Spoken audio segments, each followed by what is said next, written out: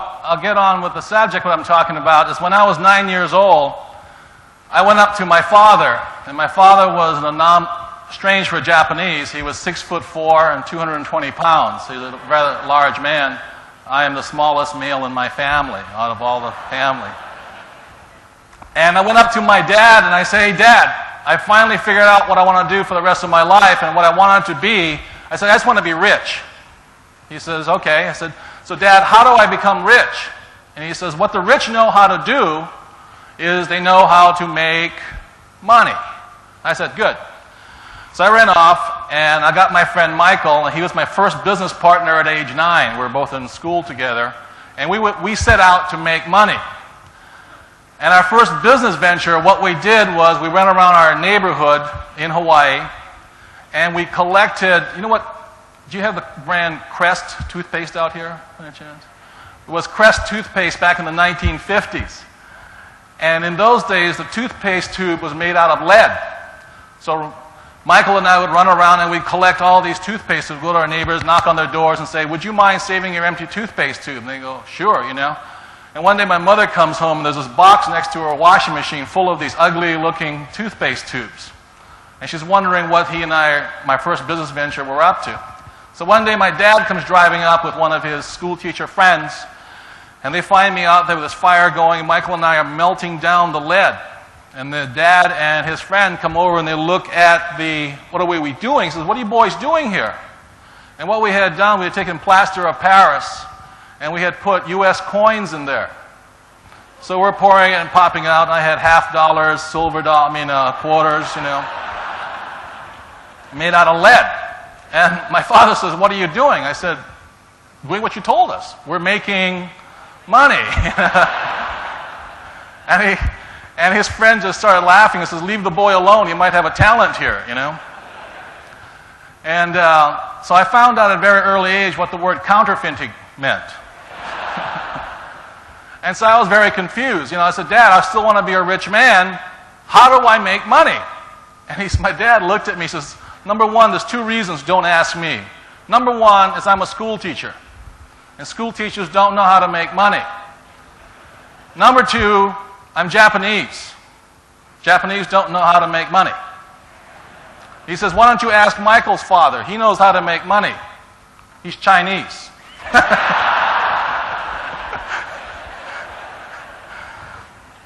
So Michael and I ran off and went to see his dad. And his dad was Chinese, and he began to teach Michael and I the art of making money.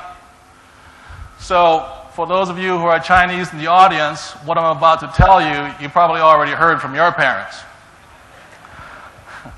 So as I grew older, it got really difficult in my family.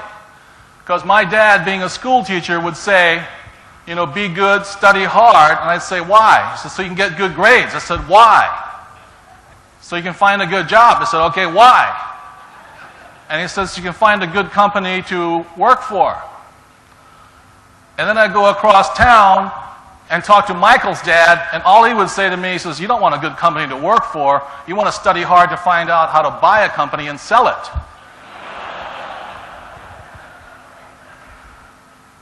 And it really caused a conflict in me. If you can imagine me being 17 years old, sitting in high school, and it was true, I flunked out twice, not once, but twice, because I was bored. And every time the teacher tried to threaten me, say, "You're not applying yourself, you don't have good grades, blah, blah, blah." I said, "What for?" She says, "So you can get a good job." I said, "Well, I don't need a good job, because I'm going to buy and sell companies." So she said, "Well, a company would never hire somebody like you." I said, "Ooh, that might be a good company to buy."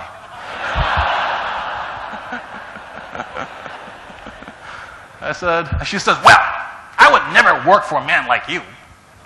And I said, "Don't worry, love, we wouldn't hire you anyway." That's when I was thrown out the second time. So I had a different educational background, and it was tough, like I said, with my 2 dads. Now, the reason I bring this up is how many people here realize that America is in fairly big financial trouble right now? How many people realize that? Good. For those who do not know that, one of the main reasons I'm here talking to you today is as your great country goes up and my great country starts coming down, there are lessons for all of us to learn here. And one of the biggest lessons to learn here is that since 1980, 43 million jobs have been lost in America. That's twice your population. I don't mean people were retrenched or fired. It's the jobs are gone. Do you understand that? They're gone. When the factories left, whole towns were shut down. 43 million jobs. And when they say the unemployment rate in America is less than 6%, they're lying with statistics. The way it really works is that if somebody has not found a job for over 6 months, they don't count them in the unemployment. They're lost. And so what we have are factory towns like Camden, New Jersey, East St. Louis, Missouri. And what happened to them is they have an 80 to 90% unemployment rate. So when you hear about the crime, it is because there's no jobs. And nobody really minded as long as it was only African American people. But the spread kept coming. And now many people realize they're letting go highly educated people right now. Many people realize that right now. There are people with PhDs who can't find work. My next door neighbor is an international banker. He's 55 years old. He has 2 children. One 16, one 8. His bank merged with another bank, and all of a sudden, he doesn't have a job. Now, the reason I'm talking to you today is because I do not take the subject of money lightly. My dad did, my real dad. And the thing, no, he always, being a school teacher, he said, well, we're not interested in money. We're school teachers. And then what happened in 1970, my dad got retrenched. What he did was he ran against the governor of the state of Hawaii, and he lost. And the because the governor was his boss. As head of education, the governor was his boss. And the governor says, you will never work in this state again. So at the age of 50, my father never worked again. And I saw a great tall man go down because all he wanted to do was teach. So that's why I speak on this subject. So the thing that I found out when I talked to my dad in the later years, he says one of the problems with education is that what schools focus on in America, and I apologize, I don't really know your system here, is they focus on a thing called SAT. Is it up there? Oh. What SAT stands for is Scholastic Aptitude Testing. What is important in education in America is your scholarship. Can you read? Can you write? Can you do mathematics? That's what they count on. If you do really, after about the age 15 or 16, they begin focusing on PAT or professional aptitude tests. Out here, I think they call it streamlining or something like this or whatever it is. They want to find out if you're good at scholarship, will you be a doctor? Or if you're not good at scholarship, will you be a mechanic? And they start streamlining into professions. And what they never do in the American system is they never teach financial aptitude. And so that's why in America, the biggest problem happening right now is a tremendous gap between the haves and the what? Have-nots. Because financial education is left up to the parents. So a poor parent will teach their children poor attitudes. So the benefit that I had was having my Chinese father teach me financial aptitude. So what I'm going to do is really quickly go over some of the stuff my Chinese father taught me. Not what my Japanese father taught me. And it'll be a very quick, and because I was only 9 or 10 years old, my Chinese father had to teach me in very simple diagrams. And those simple diagrams are the main reason today I never have to work for the rest of my life. It was a simple diagrams. And so my dad used to say, well, don't listen to Michael's dad. He never graduated from high school. I said, okay. The man's illiterate. I said, okay. I said, but Dad, the guy's a multimillionaire. I don't care. And my dad being Michael's dad had about 1,000 employees, had multiple businesses, and my dad had about 1,000 school teachers working for him. So, this is what Michael's dad taught me, and it's just basic financial aptitude. And what my dad would say is Michael's dad's illiterate. The guy couldn't read. You know, my dad was being an intellectual, graduated from university in less than 2 years, top of his class. My dad was a voracious reader, scholarship. He could read 2 to 3 books a week. Michael's dad read nothing a week. But where my dad was literate was in words, but he was illiterate when it came to numbers. And Michael's dad was literate in numbers. Do you get my drift right here? Like, I learned to, also went to school to play the saxophone, and I learned to read music. Well, I'm illiterate when it comes to music, too. I don't use the stuff. So what Michael's dad finally taught me was really simple, and this is very simple diagramming here. Most Americans, I don't know how about here, are financially or numerically illiterate. So this is called an income statement here. And this is called a balance sheet. On this top area right here, you put the words INC for income. Down here you put expenses. This is the way he taught me. Over here you have asset, and over here you have liability. Now, Michael's dad said there was one main reason there were so many people who were poor or struggling financially, and that was they did not understand the definition between asset and liability. They had them confused, including the bankers and accountants. So I will give you my Chinese dad's definition of an asset. He said an asset is something that puts money in your pocket without you working for it. I'll say it again. An asset puts money in your what? Pocket, without you having to do any work. And a liability was something that took money out of your pocket. Now, that's not that tough. Very simple definitions. Or another way he would say it was that if you stopped working, an asset would feed you. And he said a liability would then eat you. That's how simple he taught me this stuff. Now, interestingly enough, as my educated dad, my Japanese dad, he would list over here under an asset his house and his car. And my Chinese dad would list over here his house and his car. Now you know why I'm so confused. And ironically, if you talk to most bankers, which one would they say it is? Asset. And so my Chinese father said, a lot of these people sit around and they're trying to figure out assets and liabilities. And he said the only thing that really counts, that determines whether something is an asset or a liability, is a word called cash flow. If it flowed into your pocket, it was an asset. If it flowed out of your pocket, it was a liability. Very simple. So, at my house, I have an altar to the God of cash flow. I want it flowing in.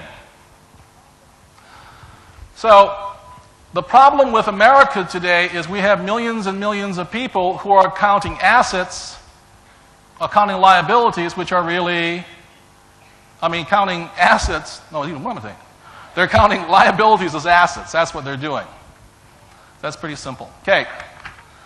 So I will show you then, is cash flow becoming everything? I will show you a couple of diagrams that he would teach me with.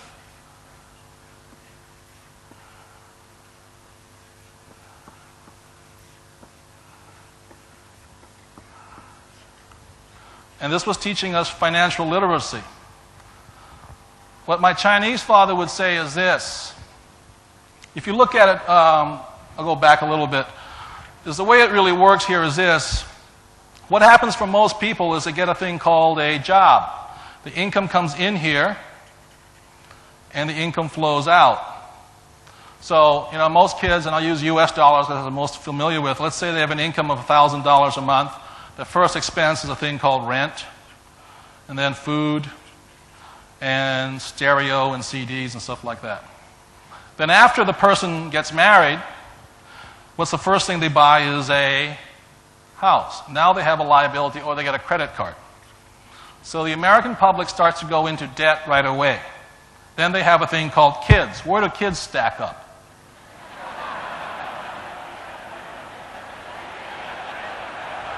Kids are a very big expense. They're not an asset, trust me.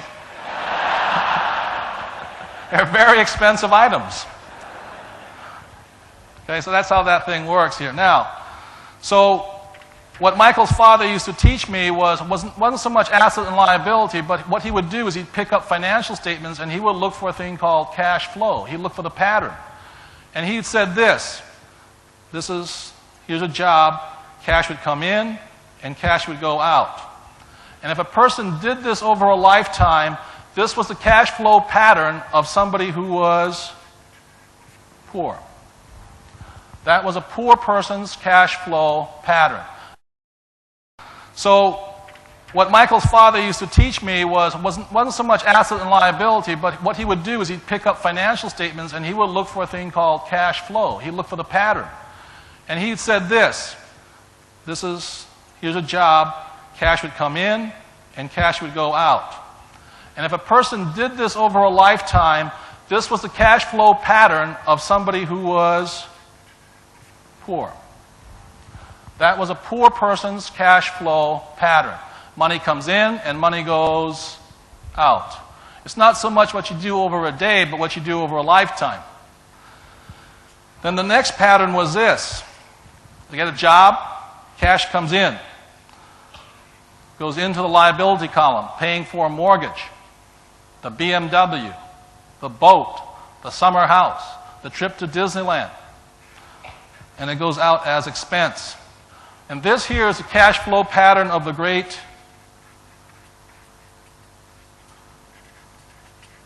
middle class. So take a look at it right now. Those are broad generalities. Which pattern do you fit into?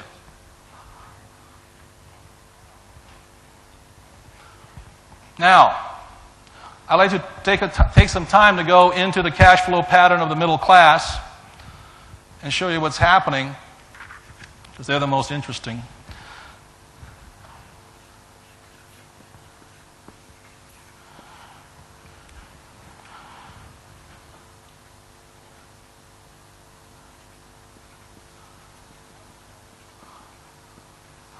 I have a friend in San Diego.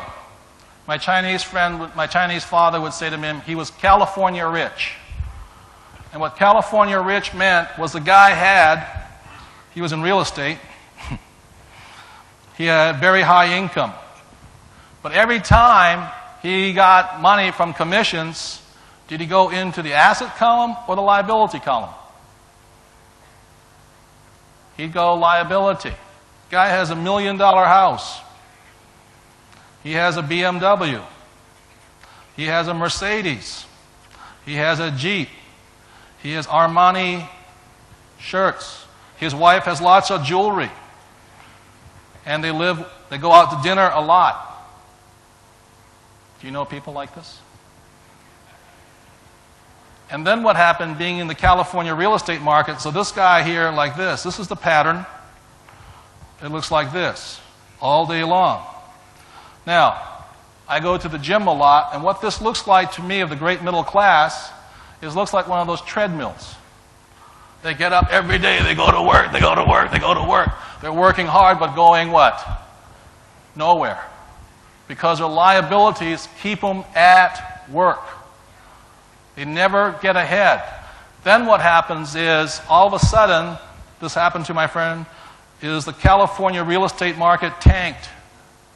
In other words, he lost this.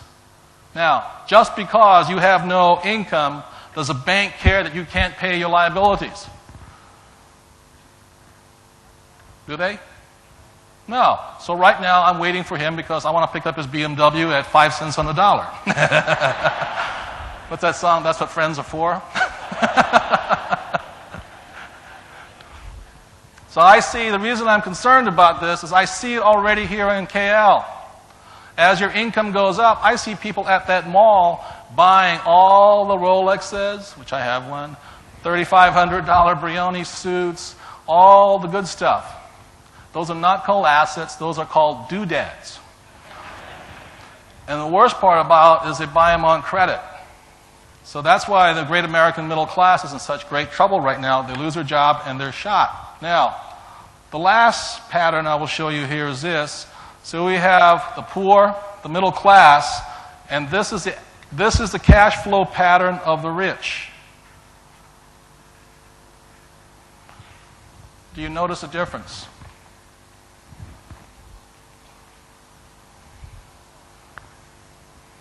The reason I don't work is because I have spent the last few years of my life buying assets, not doodads.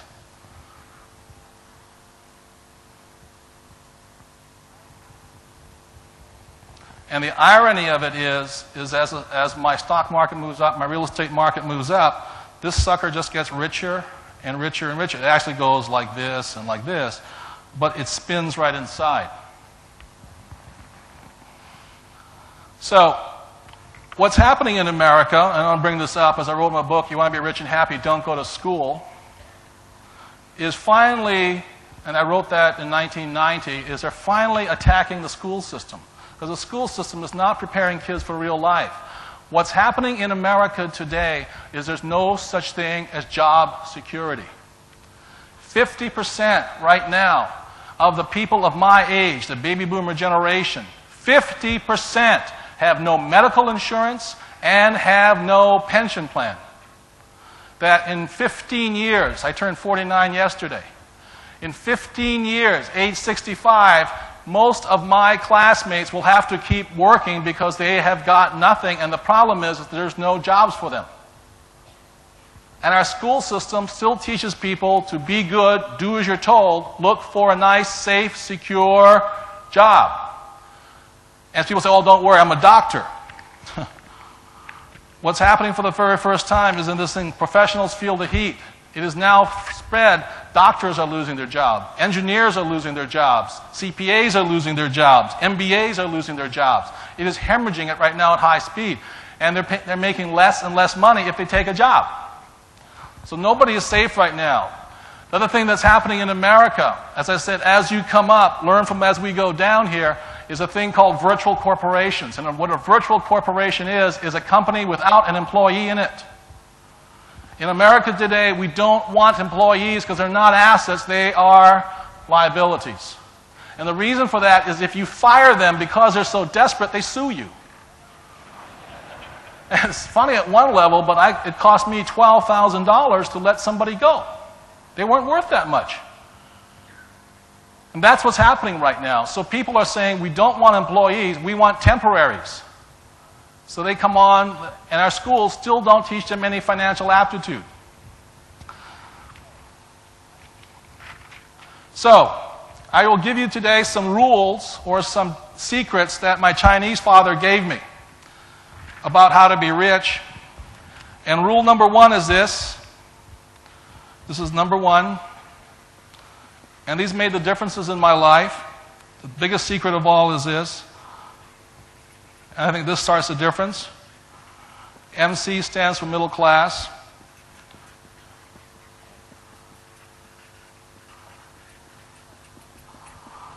The poor and the middle class work for money. They go to school so they can find a nice, safe, secure job so they can get paid. And what my Chinese father did was train me completely different. He said,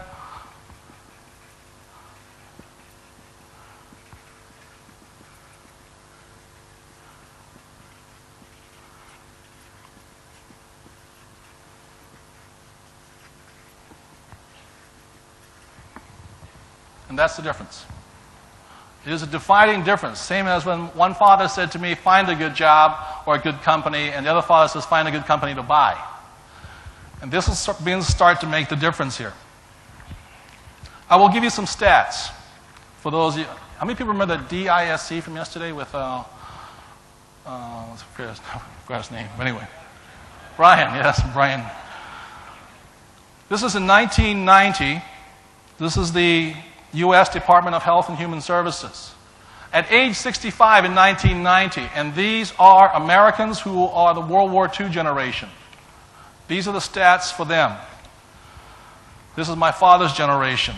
Out of 100 people, at age 65, 1990, 25 are dead. So 1 out of 4 has died. 51, or the gross majority, have incomes of $6,000. And these are people who grew up during the biggest boom years of America, the same as you guys are right now, the biggest boom years. 20 out of 100 have incomes between $6,000 and $35,000. 3 have incomes over $35,000. And only 1 is rich. That is not a very good stat for at one time the richest country in the world. So what I'm going to be doing here is basically giving you the attitude or ideas of this one person. So, rule number 2. This is what Michael's father taught me. The secret of the rich.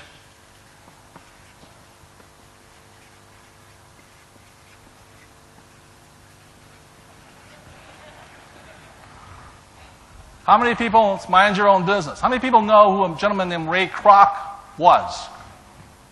Okay. For those who do not know, Ray Kroc was a man who founded a company called McDonald's. Now, my good friend Keith Cunningham was in the MBA program at the University of Texas, and Ray Kroc came to speak to the MBA program. And Ray Kroc stood up in front of some of the brightest young minds in the 60s, actually the 70s, and he said to the MBA class, he said, "Ladies and gentlemen, what business am I in?" And all the students just laughed. And what they laughed about, and suddenly somebody raised their hands up, obviously you're in hamburgers. And Ray Kroc says, "No, I am not in the business of hamburgers. My business is real estate." The only reason Ray Kroc created franchises was that so somebody would buy the franchise, but he owned the property. And one of the biggest shortcomings I find with many Americans is that this is the big mistake they make here. This is income.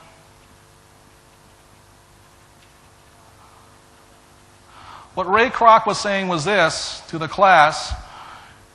He says, "This here is not my business. This is my profession." And so what many people do is when I ask my next door neighbor, the international banker, I said, "What business are you in?" He says, "I'm a banker." That's not his business. That's his profession. And the reason he's having a hard time right now is that what Michael's father taught me was that this is your business. And what he meant by your business, whether you're an employee or not, that has got to be your business. It has got to be your name on it. If you work, I used to work for Xerox. Was Xerox my business? Was it? No. It belonged to the shareholders. And so at a very early age, what I began to do was stack this one. So my profession was sales, the same as Ray Kroc, but my business was real estate. And so I'm just asking you right now is, as you're in these boom years, never forget to take care of your business. Don't mind somebody else's business. You've got to take care of yourself. Does that make sense, you guys here? Hello? Yeah, you've got to take care of yourself. If you don't, nobody else will. Because what's happened in America, and I'm in the stock market, is when IBM announces 80,000 people laid off, does the price of the stock go up or down? Up.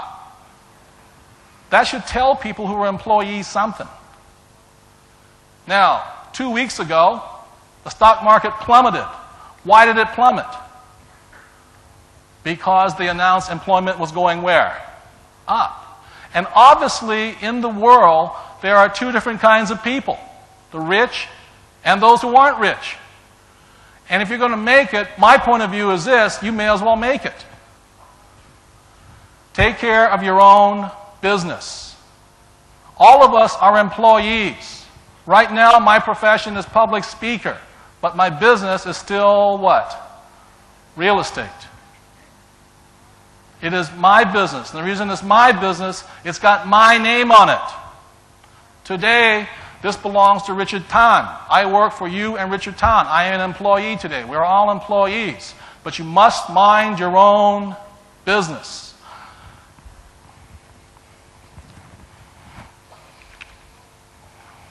So, I will go into what assets are for those, some of you know, some of you don't know, is that there are different kinds of assets. And these are some of the more common ones. Like I said, my favorite is real estate. Others are stocks, bonds, intellectual property. Intellectual property are things like books. Like Andrew was just up here, his book is one of his assets. 1 million copies. It's working for him while he sleeps.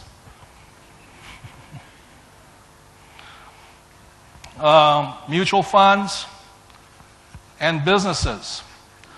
Now, the thing that my Chinese father said to me is this. He says, there are people who own businesses and people who own a job. And he said, the reason when you know you own a job is much like a doctor or an accountant. In other words, they are not free. They must do the work. If you don't have to work, you then own a business. My next door neighbor, what he does is he owns businesses. When I ask him what his profession is, he says, I am a business operator. That's his profession. But his business is business. What he has is he owns 12 car washes. 10 years ago, he was broke. Today, he owns 12 car washes. He takes a paycheck from each one of those car washes of $20,000 a month per car wash. In other words, his income over here is $240,000 US a month, whether he works or not. That's why he gets rich. He's also my neighbor. Interestingly enough, both he and I do not live in big houses. We live in very small houses. The reason is we don't like large liabilities. My Chinese father said, back in 1972, I bought my first condominium. I thought I was hot stuff. I had saved some money. I bought this condominium. I paid $30,000 for it, and I sold it for $48,000. I made $18,000. I thought I was King Tut. So I took that $18,000. I went and bought 3 more condominiums, and I bought them for $20,000 and sold them for $48,000. So I was making about $90,000. Meanwhile, I was working for Xerox. And at Xerox, I was being paid $30,000 a year. The main reason I worked for Xerox was I needed the bank to loan me the money. So here's my job. It's paying me $30,000 a month, and over here I'm making $90,000. When my sales manager told me he was going to fire me, I said, don't do me any favors. Because I can make more money in this column here.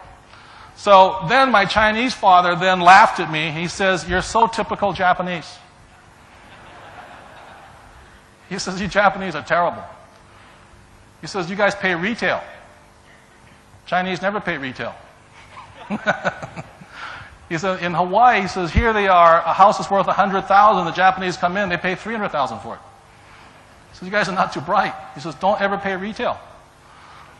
So Michael's father then taught me to do this. He says, this is the next rule. Those of you want to write it down.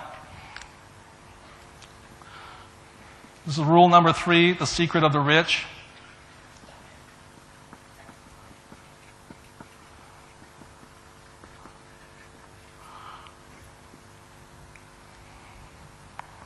Create investments.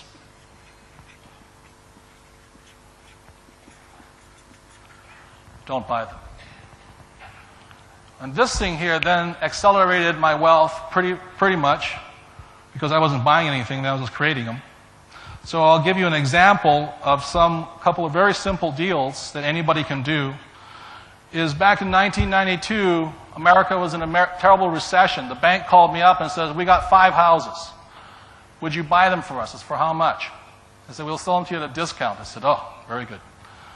He says, for $5,000 down per house, over $25,000, I could buy all 5 houses. So this is the way it worked. I bought a house for $30,000. Deep discount because it was in what they call foreclosure. Somebody didn't pay the mortgage on them. I immediately marked the thing up to $60,000 and sell it. At that point, I sell it to the guy they took it from, too.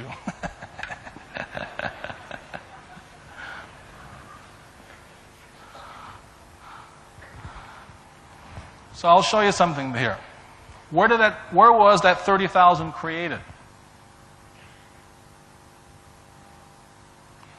It was created in the asset column.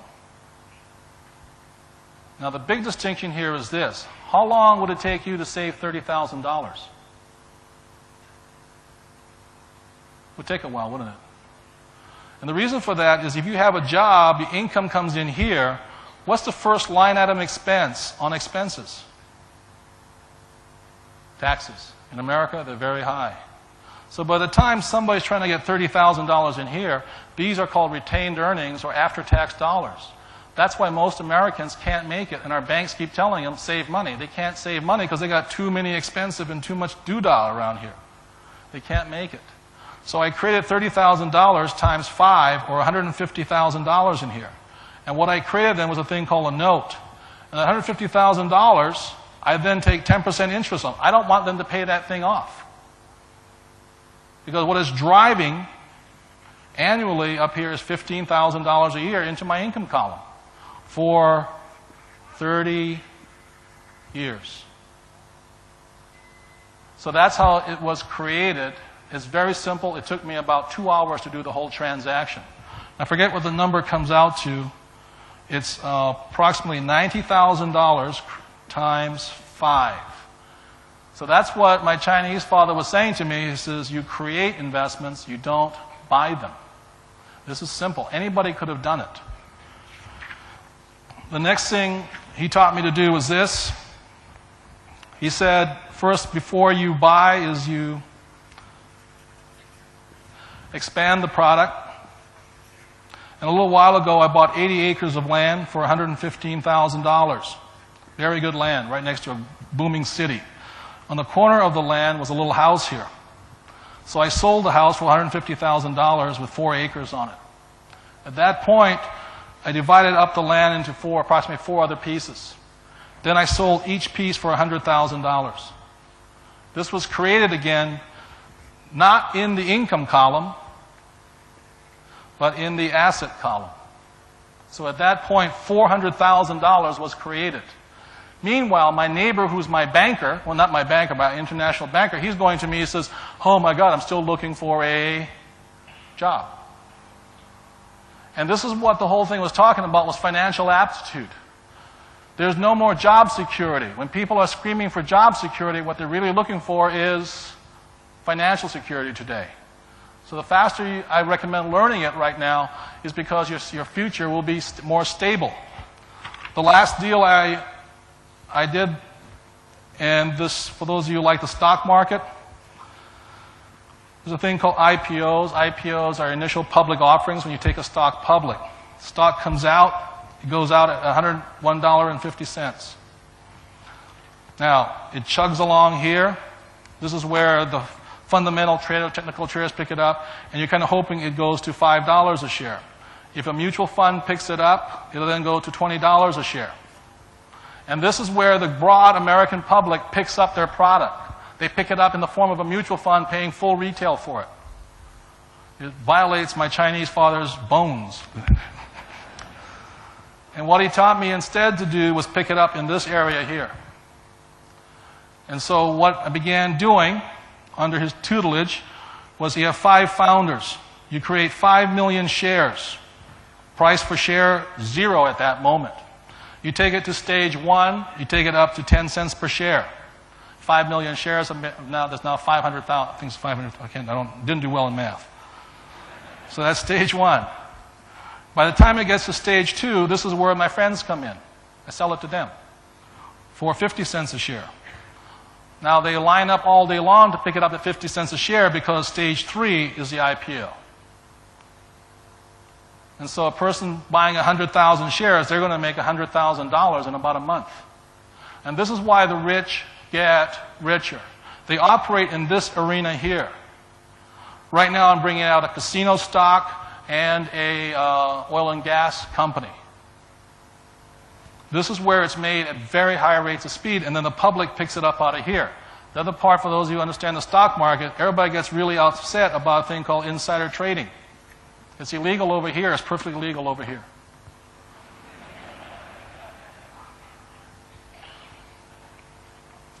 Have I made my point? So, there's this guy coming next year under the program. It's called Think and Grow Rich.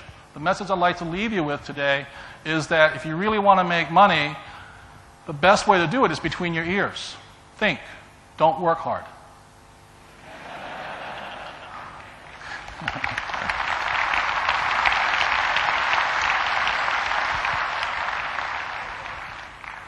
So, as I close, there's a question I'm going to ask you all today.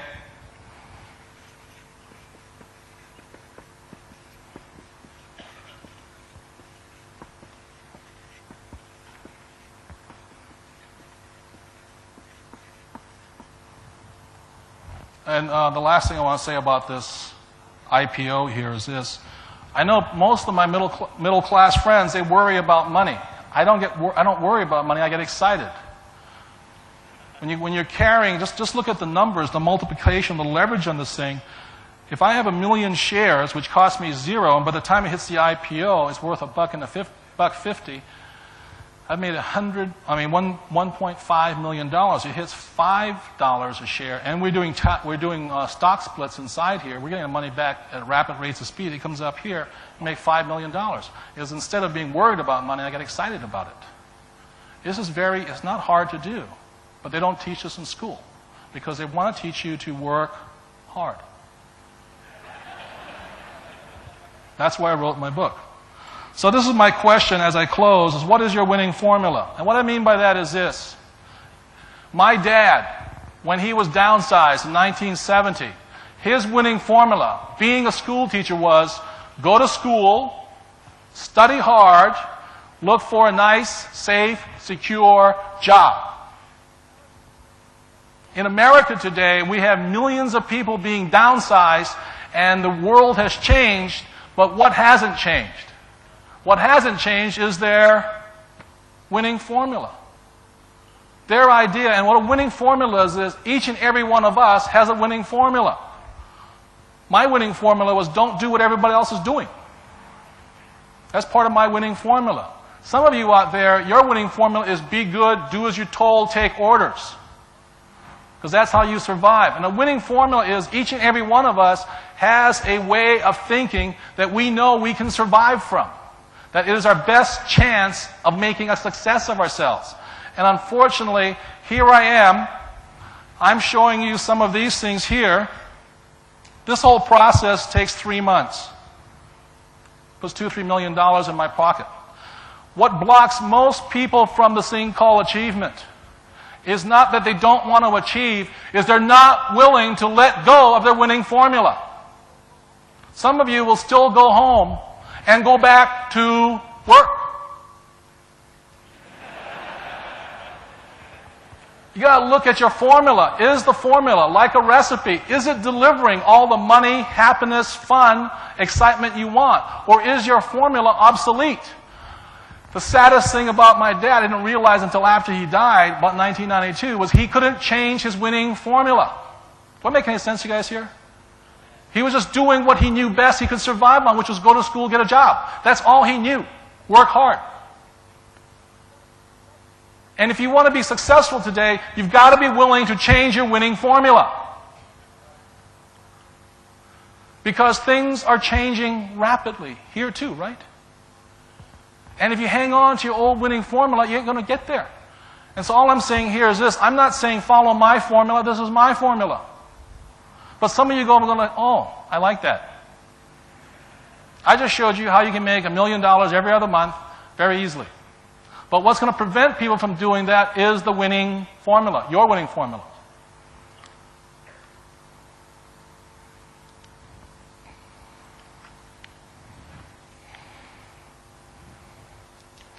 So what happens is, I show you guys this, some of you will go home, they'll say, oh, look at this. And the reason that upsets me is at that point you'll see it, but you won't do anything about it. I don't care if you do what I do. It's like Brian yesterday, his information, you go, oh, great information, but you don't do anything about it. To be an achiever, you've got to do something. Do that make sense, you guys here? You've got to use it. And what stops people is their winning formula. It's a formula that's obsolete right now. So,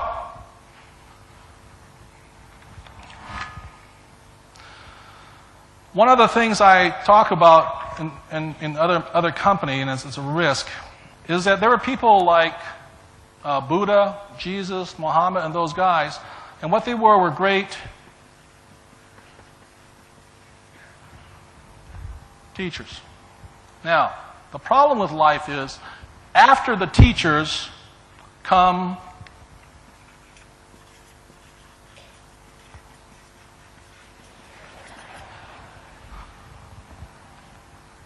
they don't do what they're talking about. They tell you what they're talking about.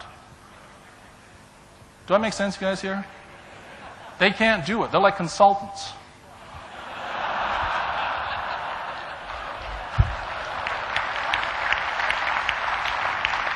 One of the definitions of consultants I heard was this. A consultant is somebody who can tell you how to have, in 75 different ways, the most erotic sex possible. They can tell you how to do it.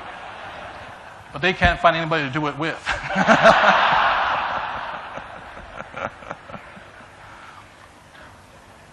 So everything I've told you here is this, is the moment my Chinese dad told me about this formula here, this formula was better than my old formula, buying retail.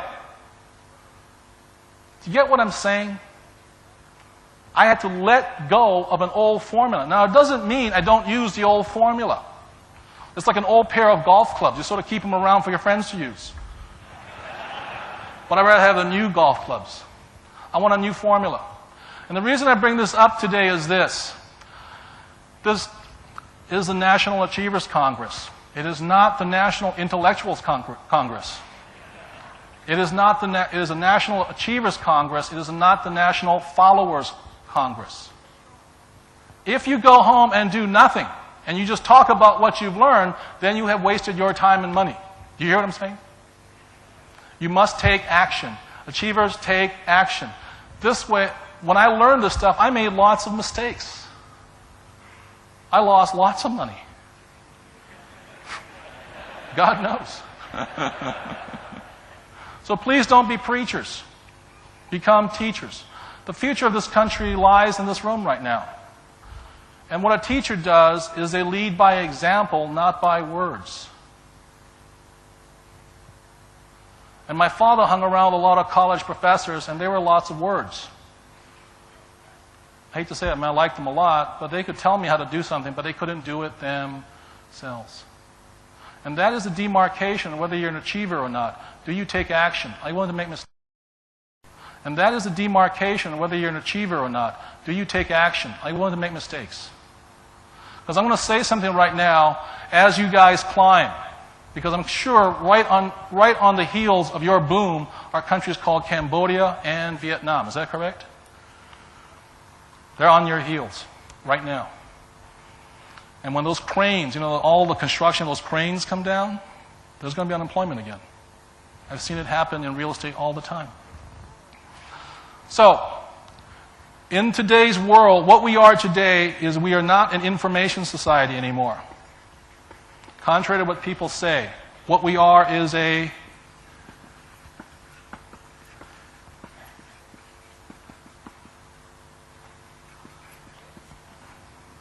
learning society. And your success in the future It's not how much information you have. People will not care what you know. What they want to know is how fast can you learn. Do you hear what I'm saying? Hello? It's what they don't care. I mean, I have my next door neighbor has an MBA from Harvard. I said, big deal. Show me your financial statement.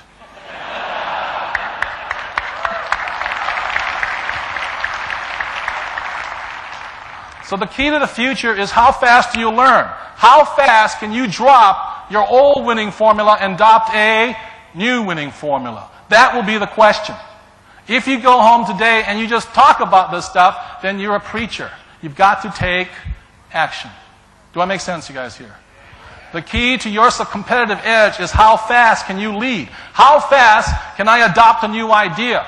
As soon as my Chinese father showed me how I could make $1 million faster, did I argue? No. I said, tell me more, man. I met this one friend of mine.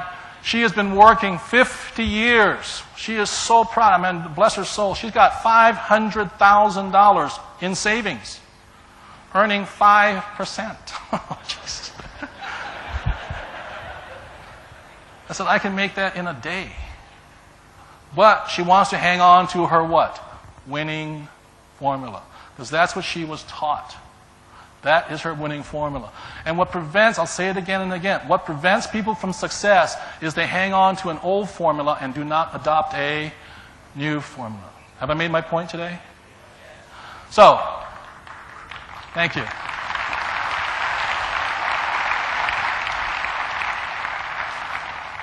So the last secret, and this was both dads taught me, my Chinese dad and my Japanese dad, is the key to their achievement for both of them. And they were very, very, very successful men.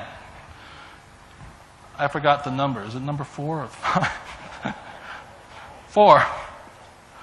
Number 4.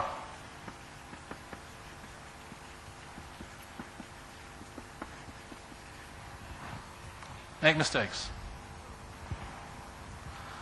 Because when you go to school, if you make too many mistakes, what do? They punish you. You get thrown out. They call you stupid. I've been called stupid many times in my life. Now, this here is the big secret of achievers. Achievers are willing to take risks. Intellectuals aren't. They want to study it forever. Ever seen a baby learn how to walk? The baby, stands up and falls down, and stands up and falls down. Then what do? Stand up again. Does the baby go, oh, I'm a failure?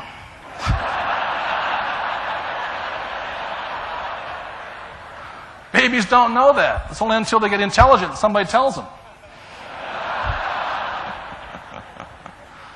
And the only reason I'm in front of you today is I've made more mistakes.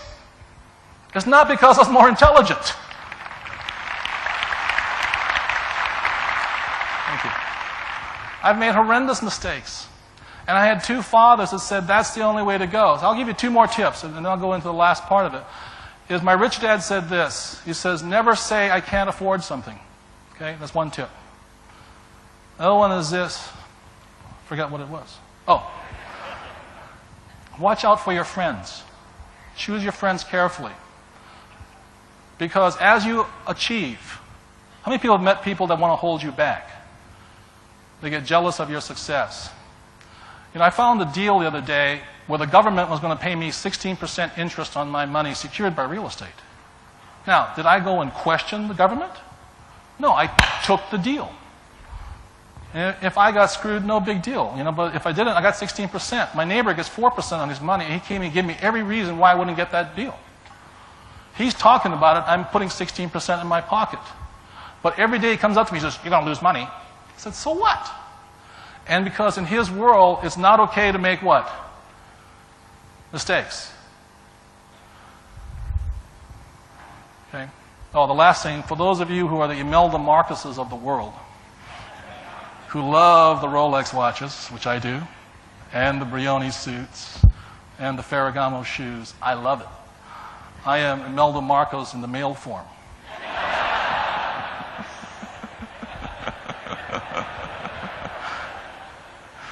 What my Chinese dad taught me was this. Like the other day, about 6 months ago, I wanted a new Porsche convertible. Now, I love that car. But if I bought the Porsche convertible, it would be a liability. Because I have to pay, even if I paid cash for it, it's a liability. I've got to pay for it. I've got to put gas in it and all this. So the rule of thumb he taught me was this, is you buy an asset first, and your asset pays for your liability. Does that make sense, you guys here? That's the way, so I'm wearing all this stuff. I'm not being a hypocrite.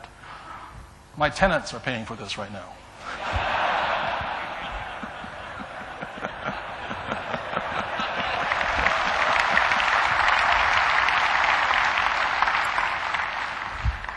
So I'll close with this, about making mistakes.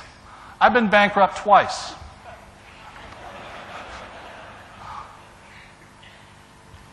You ever gone skydiving without a parachute? So I lost everything in 1979. I felt terrible for a year. And I was back in action by 83 and went bankrupt again in 84. It's no different than the baby. Each time I got smarter. Do you get what I'm saying? I learned from my what? Mistakes. And if you don't make mistakes, you don't learn anything. The people who are going to go home and say, my winning formula is play it safe, not make mistakes, that is not the winning formula of an achiever.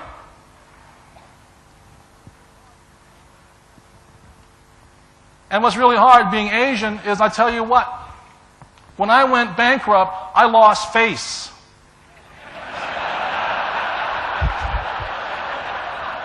You guys know what I'm talking about. White guys, they go, oh, no big deal, you know.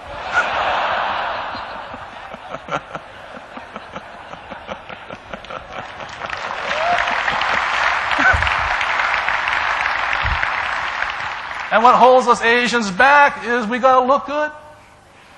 We're going broke, but we're looking good.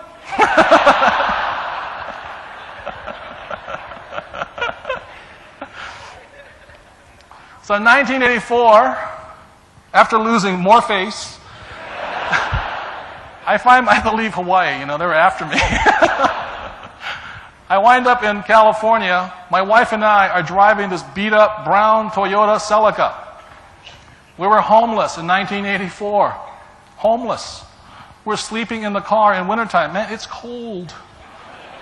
It's cold. We had no money. You know, we'd make a few bucks and put some gas, eat a little bit. And I still remember this one night, you know, our credit cards were charged to the max. I lost another $1 million. A learning experience.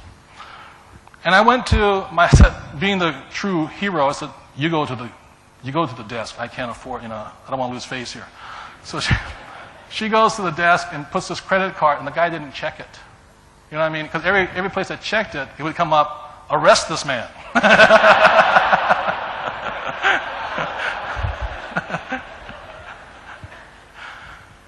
So the desk clerk didn't check it. I went, oh my, we're not homeless tonight. And I still remember to this day, in 1984, sitting in the Sixpence Motel in Del Mar, California, huddling from the cold.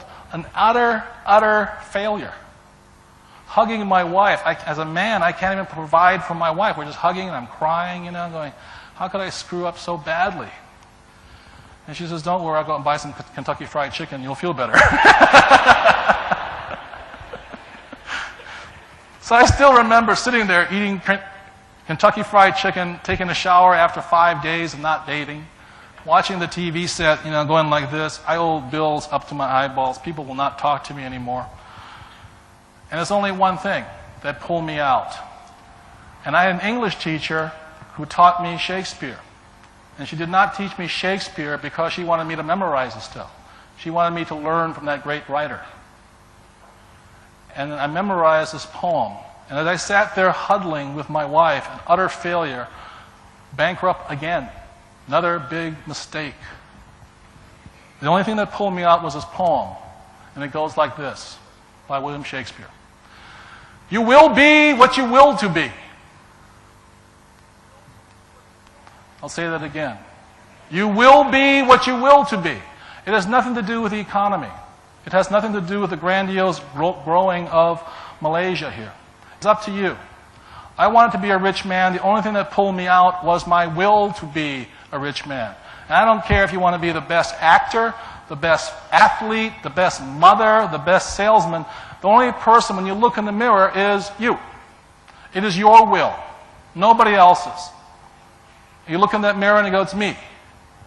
So this poem, I'm sitting on that bed, hugging my wife, crying my eyes out. And I said, the only thing that's going to pull me out of this mess is my will, because I wanted to quit. I wanted to give up. And the poem goes like this. You will be what you will to be. Let failure find its false content in that poor word environment. But spirit scorns it and is free. It conquers time. It masters space. It cows that boastful trickster chance and bids that tyrant circumstance uncrowned to fill a servant's place.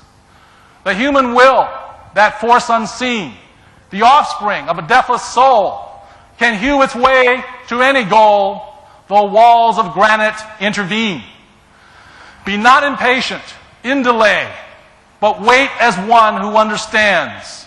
When spirit rises and commands, the gods are ready to obey. Thank you very much.